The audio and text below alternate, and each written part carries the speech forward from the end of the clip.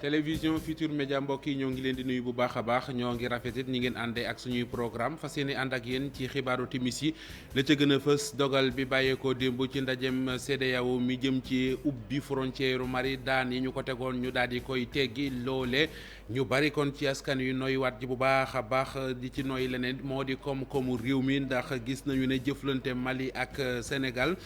lañ ci daan tukkee ne koppar at mu gàtt lu muy néew dana mat ñeenti téeméeri milliards tëj giñ ko tëj kon doon na ci indi ay jafe-jafe ci woowile wàll consortium des femmes du Mali di ko rafetlu di it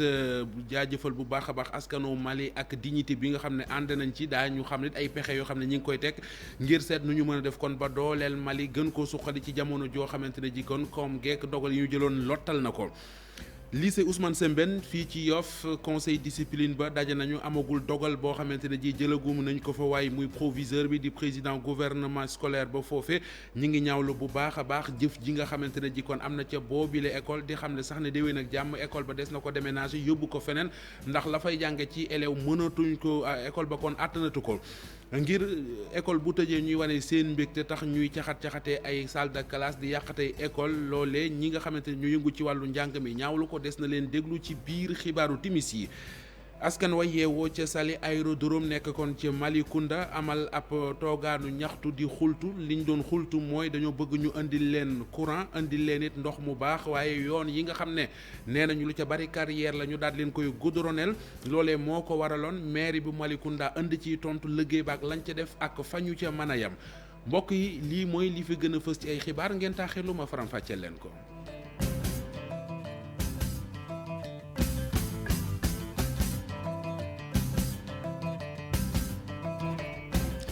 ginnaaw juróom benn weer ak lu tegi fan loo xam ne tëjoon nañu ko embargo ko réew bu Mali waa CEDEAO yi jëloon dogal boobee jël nañ dogalu teggi ko naka démb loolee nag doon loo xamante ne ji kon dana am péex ci réew mii di Mali waaye réew yi nga xam ne doon faral di jëflante ak ñoom ci wàllu koom lu ci mel ne réewum Sénégal nga xam ne seenub jëflante rek li muy julal réew mi ci koom-koom nee nañu at mu yàlla sàkk jéggi na ñeenti téeméeri milliards ak yeneen sax yu ca laxasu muy transporteurs yi di ñi nga xamante ne ñoo yëngu ci wàllu commerce mbégte lañu ñu ci àndal Pafara ñi ngi ci ay leeral.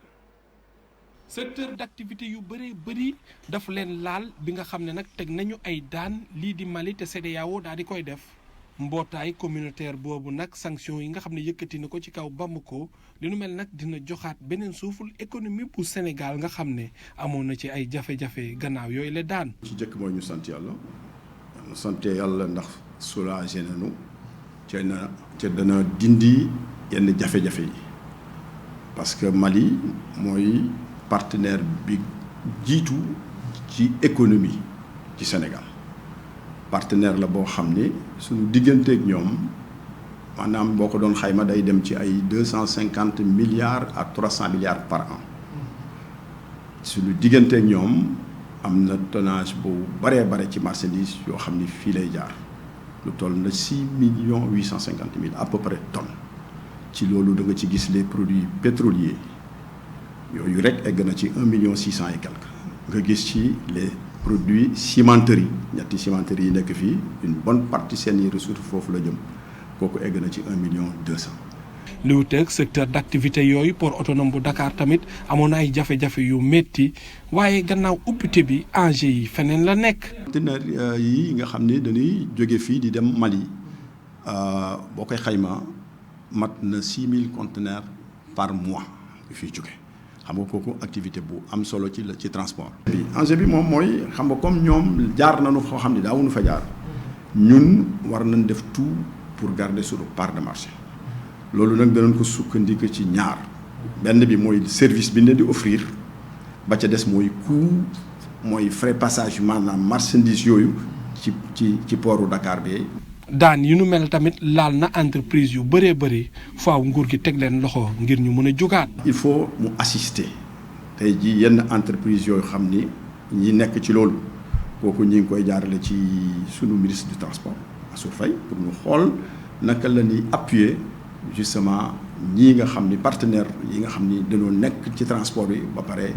am ci jafe-jafe lool. gannaaw juróom benn weer ba ñu tegee daan di Mali sanction yi nga xam ne yëkkati nañ ko li nu mel baax na ci Sénégal ndax jàpp leen digganteem ak Mali échange yi tolloon nañ ci 400 milliards de francs CFA at bu ne. dogal yooyu ñu tegoon ci kaw Mali te teggi ko kuréel gi di consortium des femmes du Mali ñoo ngi koy rafetlu di santit askanu Mali yi fi wet woon na waaye fexe nañu kon ba daal ñaawuñu ci xare bi am nay pexe yeneen ak yu ñuy teg ngir jàppale réew ma ci wàllu koom ngir mu gën a suqalikuwaat kàdduy Mama Koïta Doumbouya la ñuy teewlu mooy présidente bu consortium des femmes leaders du Mali ci Bamako fa la Chérif Dia jokkoo ak moom. consortium mooy consortium bu am au moins 5 organisations 5 plateformes de femmes ñu nekk Mali ñu ñoo jógoon dem Sénégal dem ñaan président Macky Sall muy nekk président de l'Union africaine pour mu dimbale ñu mu jàppale ñu ci affaire Mali bi ci embargo bi parce que embargo bi dafa sonal nit ñi mais dafa sonal particulièrement jigéen ñi ak xale yi dañoo sonn ba bugg a dee xam nga ni jigéen amul dara li mu am rek da koy indi ci jabootam donc ñu ba ñu jotee kii bi juróom-benn weer léegi sonn nañu trop bon bugguma wax yu bare parce que sama wolof setul mais ñun kontaan nañu démb ba ñu déggee ni sommet bi jokk na kii Liberté Mali pour mu ubbi frontières yi ak dem ak dëkk ak affaire suñu xaalis bi nekkoon bloqué foofu affaire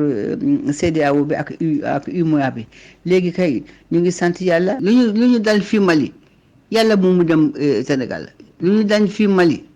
ci xeex bi ci kulo bi fukki at léegi fukki at benn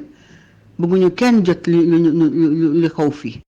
ñetti téeméeri million ak juróom fukk ngir financer ci fanweeri marché ak ñaar yi nekk ci diwaanu Ndakaaru programme spécial la boo xam ne état bee ko teg ngir gunge ko marché yi ca marché asalem fa la ñu doore xew wi am na yeneen i programme yoo xam ne mi ngi ciw yoon ngir marché yi ci réew mi yëf yi doonoon ci teewaayu Zahra Iyane Thiam di jëwriñ gi gàlloo microfinance ak économie sociale muy xam le ne lu aju ci condition yi ñu mën a jote ci yooyu les financement des na ko gën a jàppandil ñu teewlu ko moom ministre Zahra Iyane Thiam ci micro Maymouna Ndiaye Amadou Ba. 32 marchés yi moom yii ñu tudd dinañ jot seen financement ñi ci des ñu def phase d'identification bi et très rapidement tey 350 millions yi nga xam ne président jagleel na ko mboolem marché yi nekk Dakar amul apport amul garantie amul frais de dossier te taux d'intérêt bi 6% la loolu ku ko def bëgg na la pousse nga liggéey mu teg ci ne financement yi dañ koy def par grappe marché bu nekk dinañ la jox montant boo xam ne ñi koy cautionné mooy bureau délégué yi mën na nekk 4 wala 5 personnes ñooñu bu ñu ñëwee xool ci seen biir ñi gën a soxla wala ñi bëgg lu leen gën a puus wala ñi amewul bor yu bari ñu boole ne nañu jëkk jox ñii fii ak ay weer danañu lancer programme bi nga xam ne kenn ku ne danañ ko wan naka lay duggee ci biir plateforme bi ñuy teg mais surtout yan yoon la mën a jaar ba formaliser liggéeyam boo xam ne état dina xam mooy kan parce que tey pour état bi gën leen mën a jàppale. lycée Ousmane Sembène ba ca Yoff li ñu fa seetlu moo di école di tëj ay élèves caxatee ay salle de classe bari jumtuwaay yooyu yàq nañu ko fa loole nag tax na kon conseil de discipline bu boobile école daje ngir xool ana ban tànk la ñu cay taxawee jëlaguñ ci dogal nag xëy na sax bu dee am na dogal bu ca tukkeegum mu di daal école boobee nga xamante ne ji la ca nekk ci élèves toll nañu ci 2 junni ak juróomi téeméer lim bi yëpp na ba tax na déwén ak jàmm danañ seet feneen fu ñu ko yóbbu xibaar la bu fa jibe ñu ànd ci ay leeral ak Mariama Ndiaye caméra Pape Sangone Mbaye. proviseur bu lycée Ousmane Sembène bu Yoff ñi mu sekkal liggéey bi ak ñenn ci élèves yi ñoo doon waxtaan ci naka la ñu war a àttee ndongo ya doon yàqate salle 12 bu lycée ba. waaw daje bi bon li ñu si jàpp mooy àggaleegul parce que xam nga lii du loo xam lu yomb la si samedi bi suñu kilifa ñëw na fi vraiment massawuñu waxtaan ak ñun et tout léegi ñun tey bi ñu xëyee woote nañu mais am nañu des ñoo xam ne sax woote bi jotuñu koo yegg ñoo xam ne il faut ñu xaar leen parce que lu demee nii da ngay concerté wu bu baax.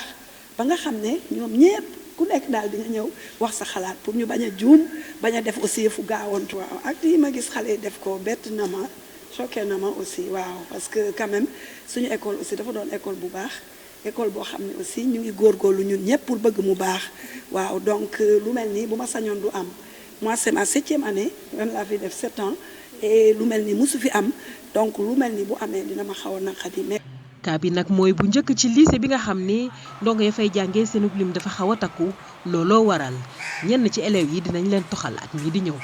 ñun ñooy décider loolu mais li ñu mun rek mooy wax leen ñun li ñu bëgg que bu ñu sañoon vraiment ñu détaché ko def CM bi à part def lycée bi à part. pourcentage bi ñun ñëpp on est unanime à reconnaître que ne lu tuuti la mais li ñu def rëy na rëy goo xam ne àgg na foo xam ne xëy na waru fa woon sax mun a àgg daal. njiitu gouvernement wu ndongo yi mi ngi naqarlu bu baax ak a jégalu askan wi. nag ci sama tur ak turu élèves yëpp maa ngi jégalu lépp li si am ndax xam naa ne peut-être képp koo xam ne école nga élève nga Sénégal wala nga nekk ci école publique defe naa ne lii métti na la donc nag lépp loo xam ne am na ci ñu ngi ciy jégalu waaye nag du question que ne ñoom ñi ko def li ñuy wax ñu ndaw lañ ci biir mënuñ tax ñu catégoriser élèves yëpp nag gëm naa ne bu doon ñoom duñ ko def. lu toll ci 2500 élèves ñooy jàngee ci lycée Ousmane Sembène bu Yoff xale yi nag juróom-ñetti fukk lañ ci classe bu ne nga xam ni seenub lim yegg na ba fanweer ak ñeent classe yooyee nag li ëpp si ñoom seen melokaan dafa jéggi dayoo. loolee am ci lycée Ousmane Sembène bu Yoff ñi nga xam ne ñoo yëngu ci wàllu njàng meek njàngale mi ñu bari ci ñoom ñu ngi koy ñaawlu di sàkku ñu teg ci élèves yooyee daan yi war ci seen ndodd sàkku nañu ci waajur yi ñuy bàyyi xel donc gone yi di wax ak ñoom ba jëf ju nu mel ñu di ko moytu ñu ànd ci reportage ak Cheikh Diop Diafara Ba. vidéo bu ni mel daanaka wër na ci àdduna wërngal këpp ay élèves yu lycée Ousmane Sembène bu Yoff daal di amale li nga xam ne nag moom moo di tëjum école mi ci anam woo xamante ni kenn rafetlu ko salle de classe yoo xamante ni daal dañ koy caxatee. Il faut que école bi reste la gardienne de nos valeurs et pour ça amul demi-mesure cette fois-ci il faut que l'école sévisse contre ces élèves là ñu sanctionner leen ba bu ëllëgee keneen du sañ a def lu mel noonu. mu doon loo xamante ni nag duñ ne guleet ci bile établissement. récemment rek ay xale yu sàcc ay table banc di koy jëlale di ko jaay on est en train même de travailler sur ce dossier pour connaître le receleur parce que sans ce receleur les gosses duñu woon jël ay table banc parce que receleur boobu moo tax ñuy sàcc di jaay mais loolu am na aussi ay xale yi si même classe boobu classe de 4e ñu jël ay registre xotti sànni si géej. alors donc am na beneen cas yu fi am aussi ay acte d'indiscipline yoo xam ne dafa bari daal. lépp lu soxal itam ñi nga xam ne ñoom ñoo di waajur yi seen ak doxalin ci ndaw ñi doon na loo xamante ni dees koo war a xoolaat bu ñu sukkandikoo ci njëlee nga xam ne ñu ngi yëngu ci wàllu njàng ak njàngale. parce que nag xale dama jàpp ne mooy ambassadeur u famille am comme comportement bu mu mën a am ci biti mais parents yi am nañ ci responsabilité d'accord ma ak ñiy wax ni njobootu tey njobootu kanaare la wala da ngay jiitu wala dañ lay jiital déedéet loolu du dëgg njobootu tey jógewul du ciel xale bu nekk am na ku ko jur am ci moom responsabilité. dañuy bàyyi seen loxo complètement nga def ba des fois presque une minorité ñooy toppatoo seen doom mais la grande masse duñu seen yoon nangul si seen jàng doom xamuñu sax lu seen doom di jàng jàngul. kenn ci ndongo yi nga xam ne nag ñoom ñoo sabab lu ni mel mi ngi ci loxoy yoon ñi lee nga xam ne dañu yëngu ci wàllu njàng mi ak njàngale mi bëgg nañ gouvernement bu Sénégal gën a jëli dogal ci képp koo xamante ni nag yaa ngi def jëf ju ñaaw jilee ci daara yi. xale yiy waajal examen baccalauréat philosophie nees di def ba taxawu leen waa Parcelles Assainies ñoom ña ngi cee jëli matuwaay professeur Songué Diouf di professeur philosophie ndaje moo xamante ne ji kon baaxoo na ko ànd nag ak ay collègue am ci yooyu walla dajale élèves yi def baccalauréat ca Parcelles Assainies ngir kon gën leen a yokk xam-xam gën leen koo dolli mu doonoon ci teewaayu kilifa yu ñu ràññee ca parcelle ku ci mel ni ministre ba woon di Amadou Ba moom it gën na ñaax ndongo yi gën leen a taxaw ba sàkku ci ñoom sax ñu góorgóorlu ba am mention ñu ànd ci ay leeral ci kaddu yi nga xamante ne ji moom Amadou Ba dénk na ko Mamadou Fall. dama xam di jàng métier ndax yàlla dafa dogal ma jaar ci xam aussi boo nekkee ci banlieue jafe-jafe yi nga mën a jànkonteel kon bu ñu amee professeur boo xam ne nangu na bàyyi ay yitteem dajale ay xale yu jógee ci ay lycée yu bari jàngale leen ba tey jii adduna di dox ba ñu may wan ay xale yu fi jógee Kër Massar ay xale yu jógee Sindia wala yu jógee ci yeneen lycée te bañ koy tàmbali waa Parcelles Assainies rek la woon mënuma lu dul sant xam ne lii ñuy def jàpp naa ne lu baax la li ñu bëgg mooy xale yi réussir li ñu bëgg mooy xale yi bokk ci ñi tabax réew mi ndax ñoom ñëpp ñi nekk fii am naa yaakaar ni ñu bari ci ñoom ndax loolu dañuy ñaan loolu mooy sunu liggéeyu tey mooy ëllëg ak si biir ñoom ñu mën a bokk ci réew bi ku ci nekk ñi ci ëpp ci ñoom am tey jii loo xamante ni seen i mbokk dinañ ko mën a suturloo ñoom ñu mën cee suturlu dama bëggoon sax am ëppale ñu que ça c'est extrêmement important si tante ñun jàpp nañ ñu dañoo réussir ñu ngi leen di ñaanal ñoom ñu am li ëpp li ñu am ndax loolu mooy defar réew. waxtaane wàllu politique ak maître Abdoulaye Tine ak parti bi di USL mi ngi sàkku ñu suspendre lii di processus électoral bi ndax gis na ne bu cay député falo fii ci Sénégal yooyu les député du ñu mën a kon bokk ci parlement CEDEAO ci gis-gisam it njiitu réew mi Macky Sall nanguwut a jëfe li nga xamante ne ji cour de justice bu CEDEAO dogal na ko ci wàllu parrainage ab janoo lañ doon amal ak taskatu xabaar yi moom ak parti bi di Union sociale libérale ñëwaat nañu it ci njëgu dundu geek ni muy yokkee ci réew mi Alhassane Ba la ñu ci àndal ak Hamadou Ba. ni processus électoral bi di doxee ci jamono ji baaxut te jàpp nañ ni président Macky Sall dafa dogu ne dana organiser élection yi ñoom Union sociale libérale di sàkku ñu dàkkandi li ni mel maître Abdoulaye Tine ak i ñoñam ne sax daañu saisir beneen yoon cour de justice bu CEDEAO. tey est-ce que Macky Sall jàpp na ne mën na am ngor gu toy ni CEDEAO ne la bul tëgg élection ci anam yi nga ne dinaa ko tëgg jël ay ndawum réew ñu tabb leen nga ne da ngeen di yebal foofu lu mu bu dee xamu ko ma xamal ko mooy décision cour de justice de la CEDEAO du dafa tënk Sénégal kese mais dafa tënk 16 états wu CEDEAO bi mais aussi dafa tënk institution yi ci institution yi parlement bi ci la bokk commission bi ci la bokk donc ñooñu tey même buñ leen tabboon suba du ñu siéger ci parlement wu CEDEAO parce que danañ leen empêcher saa yi nag nee na mbir mi day am mais mbir mi lu ma koy xamal moom mooy du da ngay ne njort ne wala da ngay namm mu am mbir mi dafa war a am bu dee dafa jot. yokkute ci njëkk yi nekk na itam li nga xamante ni waxtaane nañ ko ñu jàpp ne ci jamono ji métti na lool ci askan wi ba tax na ñoom USL gis ne nguur gi dafa lajj ci politique économique bi mu teg. lay bi moom mooy lan guerre Ukraine am na ñi nga xam ne laalewuñu ak guerre Ukraine mais état dafa toog di ko seetaan maanaam dañu topp mbirum coowum élection yi ba la nga xam ne moom la ñu waroon a taxaw addu ko moom mooy fexe ba sénégalais bu ci nekk maanaam sa dundin au moins nga mën a dund dignement tey sénégalais yi boo xoolee aussi am boo ci tegee boo jëlee maanaam weer bi bu nekkee ñeenti semaine am na benn semaine bu leen manqué ñaari weer prix yaa ngi yokku bu weer bi jàllee maanaam sénégalais bu ci nekk ci sa at bi dana la manqué sa budget pour nga dund maanaam weer donc bu ñu taxawul nag mbir mi day continuer. maître Abdoulaye Tine gis ne itam yokkute plafond retraite yi dafay nekk loo xamante ni dafay néewal doole seen pouvoir achat muy sàkku itam képp ki nga xamante ni dafay jot bulletin de paie mu def constat bi nguur gi dafa yokk retenu ci salaire yi te li ni mel du def lu dul gën a néewal doole liggéeykat bi. Saly Aérodrome ma nga ca diwaanu Malicounda askan wa fa yeewoo ñoo amal ab toogaanu ñaxtu dégg nañu leen ci xibaar yi ci télévision Futur Média ñu bëgg kon ñu wutal leen courant wutal leen ndox mu baax bëgg nañu it seen yoon yi nga xamante ne ji ab rang-rang la ñu defal leen ko goudron diggante croisement Saly ak Madinatul Salaam ñooñooy wane seen bopp kon gis nañu ne ñàkk kaaraange bokk na ci li leen sonal seen ñaxtu yooyee mairie bu Malicounda indi ci ay leeral xamle nañu ne lii di Saly Aérodrome ak Médine maire Malicounda di maire bi Maguette Sène jiite def nañu fa liggéey bu am solo te duñu teggi seen loxo xamle nañu ne am na lenn lu askan wi yittewoo du maire bi moo ko war a mën a def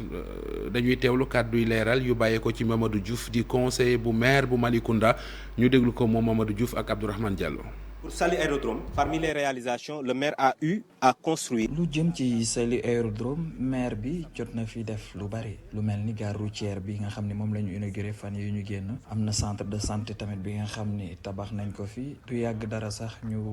inauguré ko 20 millions lañ ci daal di dugal ñu wax ci lu jëm ci wàllum ndox mi. collectif bi daje woon na ak maire bi ñetti weer ci ginnaaw bind nañu ab mémorandum maire bi gis na ko wax na leen li mën a nekk mën na ko def li nga xam ne mënu ko def il faut ñu xaar ba élection yi jeex ñu daal koy def ci mémorandum boobu dañu laajte tamit tali bi nga xam ne dafa jógee croisement Saly ba Kër Samba tali boobu nag maire wax na leen ni li jëm ci wàllum tali loolu du mëninam waaye dina fexe ba tali boobu mu am li nga xam ne dina ko ci def ba nga xam ne nawet bi nit ñi duñu sonn ci yoon boobu tiis wi ñu fanaanoo démb yeewoo ko tey mu di génnuk àdduna Eugénie Rokhaya Aw moo jiite woon ni jamono kër gi ñuy tàggatee taskatu xabaar mu di CESTI démb ci dimanche ji kon la génn àdduna ginnaaw wopp ju ko tëraloon mu di ku ñu ràññee woon lool nag ci taxawaayam ci CESTI waaye ci di défendre jigéen ñi seede si benn la nit la kook jikko ju baax la ñu ko xamee woon royukaay la ci fànn yu bari ñu ànd ciy leeral ci témoignage ak Fatou Bintou Konté. Eugénie Rokhaya Aw dafa làqu moom mi nga xam ne moom moo fi nekkoon directrice su CESTI mu nga génn àddina ci dimanche gii gannaaw ba mu amee feebar yu ndaw am ne moom la ñuy wax ab militante et avocate des femmes fi mu toll nii wuyu ji na boromam fii nga xam ne nag moo di école de journalisme bi nekk fii ci CESTI njàqare ak naqar la ñu yeewoo tey. doonoon na nit koo xamante ne nit ku yaatu la woon nit ku mën a partager nit koo xamante ne aussi fépp fu mu gis loo xamante ne mën na ko séddoo ak yow muy ci alal wala ci xam-xam wala ci jàppale pour nga gën a ñoŋ ci li ngay def dina ci taxaw surtout mbirum jigéen ñi ak xale yu jigéen ñi nga xam ne dañ nekk ci mbirum journalisme daf leen di appuyer toujours pour ñu gën a xarañ ci li ñuy liggéey mais aussi bu ñuy traiter aussi question yoo xam ne dafa jëm ci mbirum jigéen ci ay conflits ak ay médias mu jàngal leen nan ngeen di def ba concept yooyu wala conflit yooyu du impacter négativement ci mbirum jigéen ak ni ñuy traité jigéen. mbaaxam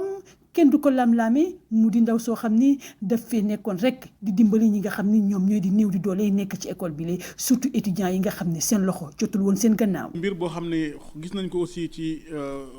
yaatu bu xol bi yaatu maanaam ci mbirum séddoo am na fi ay étudiants yoo xam ne nekkoon nañ fi jonkante woon ak ay jafe-jafe jàppale na leen bu baax. ci mbaaxam man maa ngi ciy xalaat benn étudiant yoo xam ne guinéen la woon nekkoon fi am ay jafe-jafe yu métti mais jàppale na fi def ay programme ak étudiants yi te li ma gën a mën a jàpp ci mbir moomu mooy moom li mu tuddee la pédagogie active doonoon na lu am solom ci programme di indi ay conférence di déplacer étudiants yi sur le terrain di leen yóbbu séjour pédagogique. madame Aw comme ni ko étudiants yi daan woowee moom nag juróom-benni at mu yoroon li nga xam ne moom moo di école de journalisme bii di CESTI mu yoroon ko nag ci yorin gu rafet.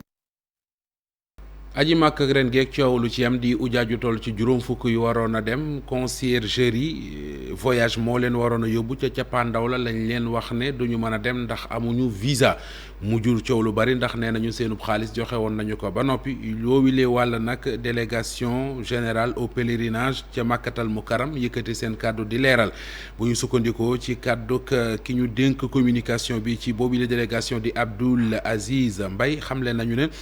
boobile agence di conciergerie voyage amul woon agrément ngir mën a yóbbu ay ujaaj nakatoon it ab quota ngir kon mën a yóbbu nit ca màkkatal mukaram des na ci ànd ak kàddu leeral yu bàyyee ko ci Abdoul Aziz Mbaye chargé communication bu délégation pèlerinage bi ci suñu yeneen jotaayu xibaar waxtaane wàllu tàggat yaram ak Coupe d'Afrique bi ñu jagleel footballkat yu jigéen ñi ca Maroc la ñu koy footballé Sénégal dana football suba ñaareelu matcham démb dafa dóor Ouganda 2-0